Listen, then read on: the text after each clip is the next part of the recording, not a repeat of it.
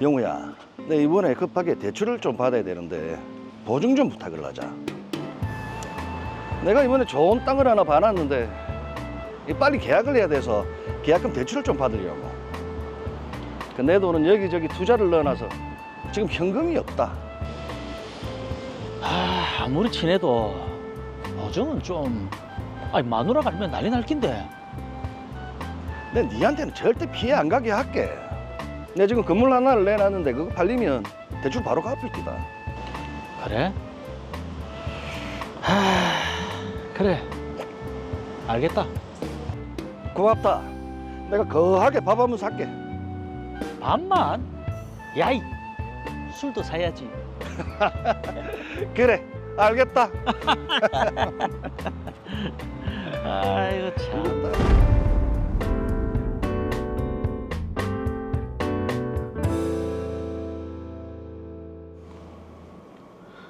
(2천만 원) 대출 신청하시겠다고요?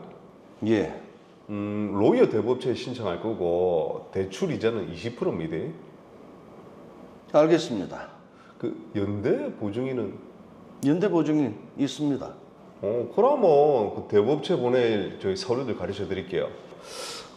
보증인의 주민등록증 사본이랑 건강보험 자격 득실 확인서랑 보험료 납부 확인서 등이 필요합니다. 예. 준비해 달라고 하겠습니다. 예. 그러면 여기 서명해 주시면 됩니다.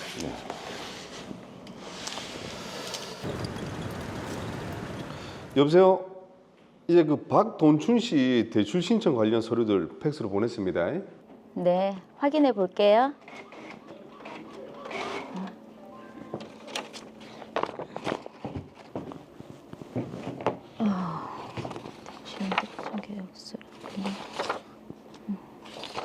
일단 서류는 다 들어왔고 연대보증이랑 통화를 해봐야겠다.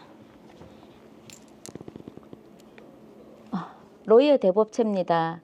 최영우 씨 되시죠? 아, 예, 그렇습니다. 박동춘 씨 대출 연대보증인으로 되어 있던데 대출 심사를 위해서 통화 좀 하겠습니다. 예. 먼저 본인 확인을 위해서 주민등록번호 좀 알려주시겠습니까? 예. 750408 1입니다. 네, 최영우 씨 본인 확인했고요. 박동춘 씨와는 어떤 관계입니까? 예, 같은 동네 사는 친구입니다. 지금 거주하고 계시는 곳은요? 예, 로이 아파트에 가족들하고 같이 살고 있고요.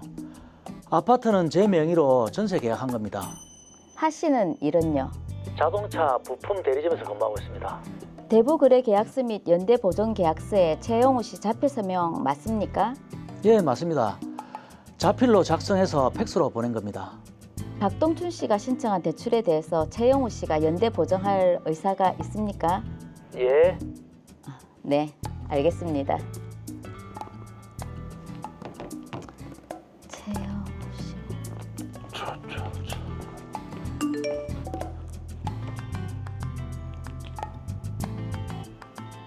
오케이.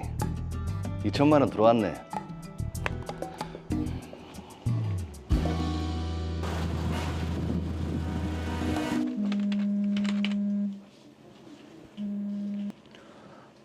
바쁜데 왜? 당신 동춘 씨 보증서 줬나? 무슨 소리 하노? 시침이 떼지 말고 사실대로 말해라. 말 안 하면 내가 모를 줄 아나. 그게 금방 갚는단다. 뭐? 진짜 미친 거 아이가? 보증 잘못 쓰면 폐가 망신한다는 말 모르나? 아이, 마 시끄럽다. 바쁘다. 일이 있는데 끊어라. 아씨, 근데 어떻게 알았지? 왜 몰라요? 괜히 보증 서준다고 했나?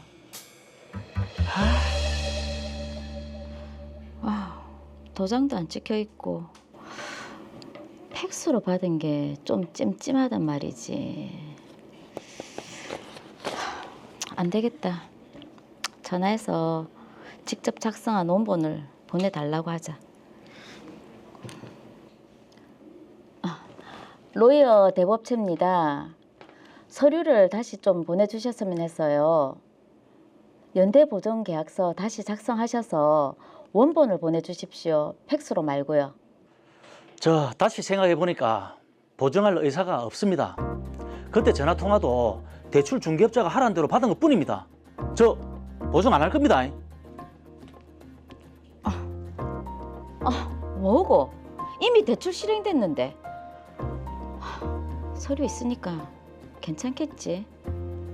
이게 없던 일로 될까요? 로이어 대부업체입니다. 박동춘 씨가 2021년 11월 10일 이후부터 원리금 상환을 하지 않고 있어서 연대보증인인 최영호 씨가 미상환 대출금을 지급하셔야 합니다. 아니 지금 무슨 소리 하는 겁니까? 그때 제가 보증 안 선다고 했잖아요. 대출 심사 통화할 때 자필 서명 확인하셨고 연대보증에 대한 의사 분명히 하셨잖아요. 그러니까 미상환 대출금 지급해 주셔야 합니다. 저는 보증 안 한다고 했고 연대보증 계약서에 서명도 하지 않았습니다. 그러니까 제가 대출금을 갚을 이유가 없죠. 박동춘이 금방 갚는다고 하더만. 보증 안 쓴다고 했으니까 별 문제 없겠지.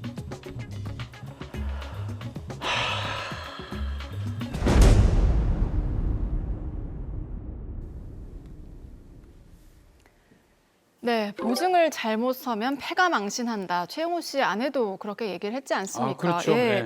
자, 이게 보증을 선다는 게 쉽게 결정할 일이 아니기 때문에 그래서 최영호 씨도 다시 결정을 바꾼 것 같은데 함우진 변호사님 이 사건 어떻게 보셨나요? 네, 최영호 씨의 마음 충분히 이해합니다. 이번 사례는 최영호 씨가 연대 보증인으로서 보증 책임을 져야 하는지가 핵심 쟁점인데요. 이 쟁점을 따져보기 전에 보증의 개념과 보증인 보호법에 대해서 미리 좀 더 자세히 알아두면 이해가 좀 더 쉬울 것 같습니다. 예.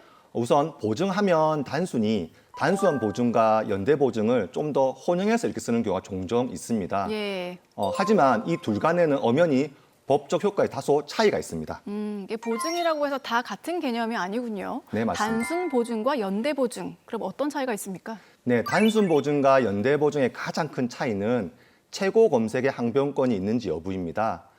단순 보증의 경우에는 보증인은 주채무자에게 먼저 채무 이행을 요구하고 주채무자가 채무 변제를 다하지 못하는 경우에 보증 채무자에게 책임을 물어야 한다고 항변할 수가 있습니다. 예. 하지만 연대 보증인에게는 이런 항변권이 인정되지 않는데요. 연대 보증은 보증으로서 성격도 가지고 있지만 그 동시에 연대 채무로서의 성격도 가지고 있기 때문에 채권자에게 먼저 주채무자에 대해 채무 이행을 하라고 요구를 할 수 없게 되는 것입니다. 그럼 이 드라마 사례에서 보면 연대 보증이지 않습니까? 네. 그러면 최영호 씨가 주 채무자에게 가서 받으라라고 이렇게 항변을 할 수가 없는 상황인데 그렇다면 보증인 보호법상에서 뭔가 좀 보호하는 기준이 있지 않을까 이런 생각이 드는데 어떻습니까? 네, 맞습니다. 보증인의 무분별할 피해를 방지하고자 보증인 보호법이 제정된 만큼 보증인의 보증 계획에 대해 일정한 요건을 요구하고 있습니다. 그 내용을 살펴보면 보증은 그 의사가 보증인의 기명 날인 또는 서명이 있는 서면으로 표시되어야 효력이 발생하고 보증계약을 체결할 때 보증 채무의 최고액을 서면으로 특정해야 하며 보증기간에 약정이 없는 때에는 그 기간을 3년으로 본다고 규정하고 있습니다. 예. 따라서 보증과 관련된 서류에 기명 날인 혹은 서명이 되어 있지 않다거나 보증 채무의 최고액이 명시적으로 기재되어 있지 않은 경우에는 그와 같은 보증계약은 원칙적으로 무효가 됩니다. 자, 그럼 이 사건을 본다면 지금 연대보증계약서에 최영호 씨 서명이 기재가 되어 있었고요. 대부업체 직원과 통화를 했을 때 내가 자필로 서명을 했다라고 응답을 했지 않습니까? 네, 바로 그 부분을 중요하게 다퉈봐야 하는데요. 드라마 사례와 아주 유사한 사건에서도 이 부분에 대해 치열하게 법적 다툼을 벌였고 결국 대법원에서 1, 2심 판결을 뒤집고 파기환송 판결을 해서 다시 원심법원으로 사건이 환송된 경우가 있었습니다. 이를 드라마 사례에 대입해서 한번 설명해 드리겠습니다. 예. 1심과 항소심에서는 대부업체가 모두 승소했는데요.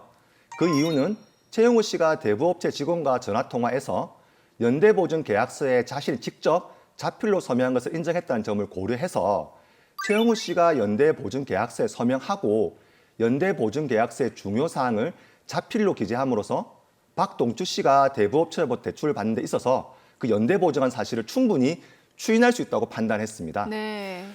근데 지금 최영우 씨 같은 경우에는 자신이 연대보증계약서에 직접 서명을 한 게 아니라 중개업자가 그냥 시키는 대로 했다. 이렇게 주장을 하고 있거든요. 네. 네, 대법원도 바로 그 점을 문제 삼았습니다. 앞서 말씀드린 바와 같이 보증인 보호법은 보증의 의사를 분명히 하기 위해서 보증관계 서류에 보증인이 기명 날인하거나 서명할 것을 요구하고 있는데요. 네. 여기서 기명 날인과 서명의 차이에 대해서 한번 살펴볼 필요성이 있습니다. 아, 기명 날인과 서명도 다른 의미군요. 어떤 차이가 있습니까? 네, 기명은 단순히 이름을 적는 것을 의미합니다. 네. 따라서 본인이 직접 이름을 적지 않아도 무방하단 말이죠. 결국 다른 사람이 대신해서 이름을 적어도 되고 네. 컴퓨터로 인쇄한 것도 모두 유효합니다. 예. 하지만 기명 날인이기에 반드시 본인의 도장은 함께 날인이 되어 있어야 합니다. 아, 반면 서명은 본인이 가지고 있는 고유의 필체로 자신의 이름을 제3자가 알아볼 수 있도록 직접 작성하는 것을 의미합니다. 네. 따라서 서명을 했다면 별도로 도장을 날인할 필요는 없게 되는 것입니다. 그런데 드라마 사례의 경우 계약서를 팩스로 받았고 채용으로 서명만 되어 있었을 뿐 도장은 날인되어 있지 않았습니다. 네. 자, 그럼 이 사건에서 도장은 없었고 지금 날인만 되어 있었는데 최영우 씨가 이게 직접 서명을 했는지 아니면 다른 사람이 서명을 했는지 확인할 길이 없네요. 네, 그렇습니다. 예. 대법원도 연대보증계약서가 최영우 씨의 서명에 의한 보증계약서로서 보증의 효력이 발생하려면 원칙적으로 최영우 씨 본인에 의한 서명이어야 하며 타인에 의한 서명으로는 부족하다고 보았습니다. 따라서 막연히 이 사건 연대보증계약서의 연대보증인 란에 최영우 이름으로 된 서명이 있다는 사실만 가지고 최영우의 서명이 있다고 판단할 것이 아니라 네. 그것이 최영우가 직접 서명한 것인지 아니면 타인이 최영우의 이름으로 서명한 것인지를 명확히 가려야 하고 최영우 씨가 직접 서명했다는 점에 대해서는 그 보증의 효력을 주장하는 대부업체에게 증명 책임이 있다고 판단했습니다. 네. 근데 대부업체에서 지금 주장하기를 통화를 했던 녹음이 남아 있거든요. 네, 맞습니다. 그때 뭐라고 했냐면 최영우 씨가 자필로 작성해서 이 서류를 보낸 게 맞느냐 묻는 답변에 맞다라고 얘기를 했습니다. 이렇게 주장하고 있는데 이건 뭐 어떻게 해야 됩니까? 네, 최영우 씨도 대부업체 직원과의 통화에서 이 사건 연대보증계약서를 자필로 작성한 그 사실 자체는 인정했습니다. 네. 하지만 그 이후에 최영우 씨는 당시 상황에 대해 대출 중개업체의 안내에 따라 그대로 응한 것이었을 뿐 그 답변 내용은 다르다라고 다퉈왔는데요. 네. 이에 더하여 대부업체 스스로도 위 통화 이후에 다시 최영우 씨에게 연대보증계약서의 작성을 요구한 것은 이 사건 연대보증계약서만으로는 최영우 씨 서명에 의한 보증계약서 효력이 문제될 수 있다는 점을 한번 고려해 본 것으로 보여집니다. 아, 그렇군요. 예.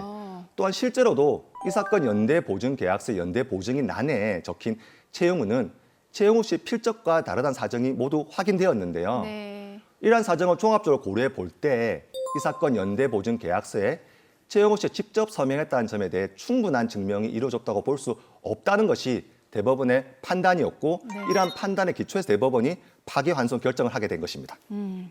자, 그렇다면 파기환송된 원심 법원의 그 판결은 어떻게 되는지 궁금한데요. 네, 파기환송된 사건을 넘겨받은 원심 법원은 대법원 판결의 파기환송 취지에 따라 최영우 씨 직접 연대보증계약서에 서명했다고 인정하기 부족하다고 보아 보증의 효력이 발생되지 않았다고 판단했습니다.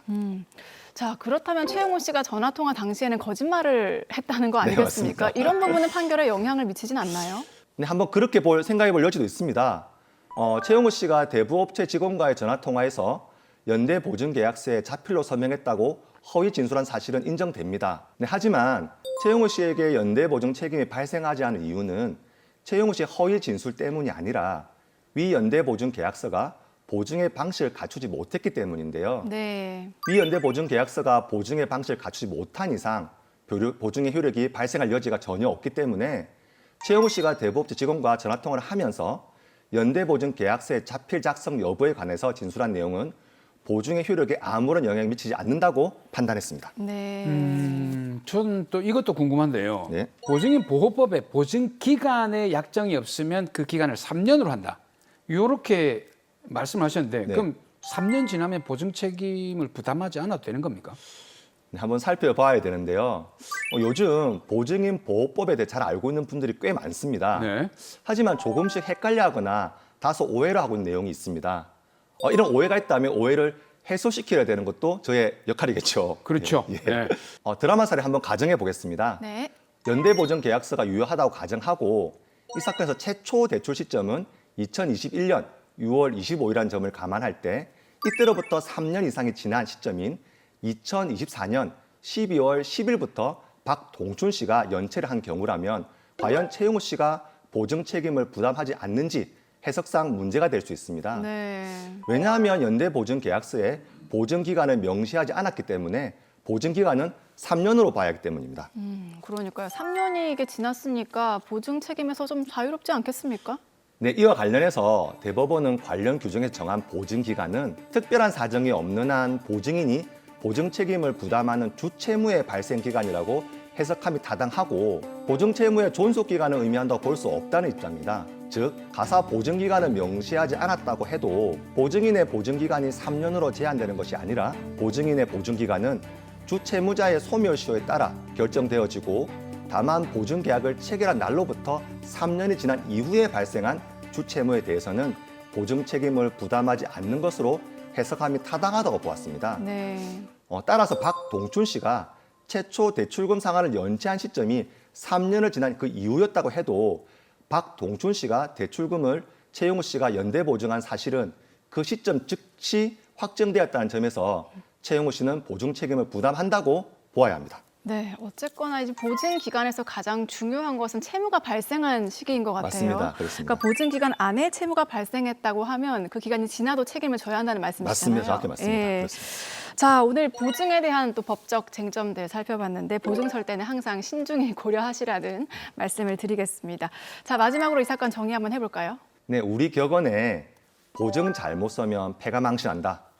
빚보증한 자식은 나치도 말하는 말까지 있을 정도로 보증을 금기시하고 있는데요. 그만큼 실제로도 보증은 매우 위험한 법률 행위에 해당됩니다. 물론 최용우 씨도 위 격언을 몰랐을 리 없다고 생각됩니다. 하지만 가까운 지인의 간곡한 부탁을 차마 뿌리칠 수 없어 연대 보증을 서줬는데 결국 그에게 보증 책임을 물어낼 상황에 처하게 돼서 무척 당황스러울 것 같습니다. 하지만 앞서 말씀드린 것 같이 최용우 씨는 너무나 다행스럽게도 보증인 보호법을 통해 연대 보증 계약서가 무효가 되어 법적 보호를 받을 수 있게 되었습니다. 그래서 대출금의 상환 의무에 대해서도 벗어날 수 있게 되었습니다. 다만 정말 어쩔 수 없는 상황에서 보증을 서줄 수밖에 없다고 해도 반드시 보증 기간 및 보증 채무의 한도를 명확히 함으로써 잘못된 보증으로 인생을 송두린 채 망치는 우를 범하지 마시라고 권해드립니다.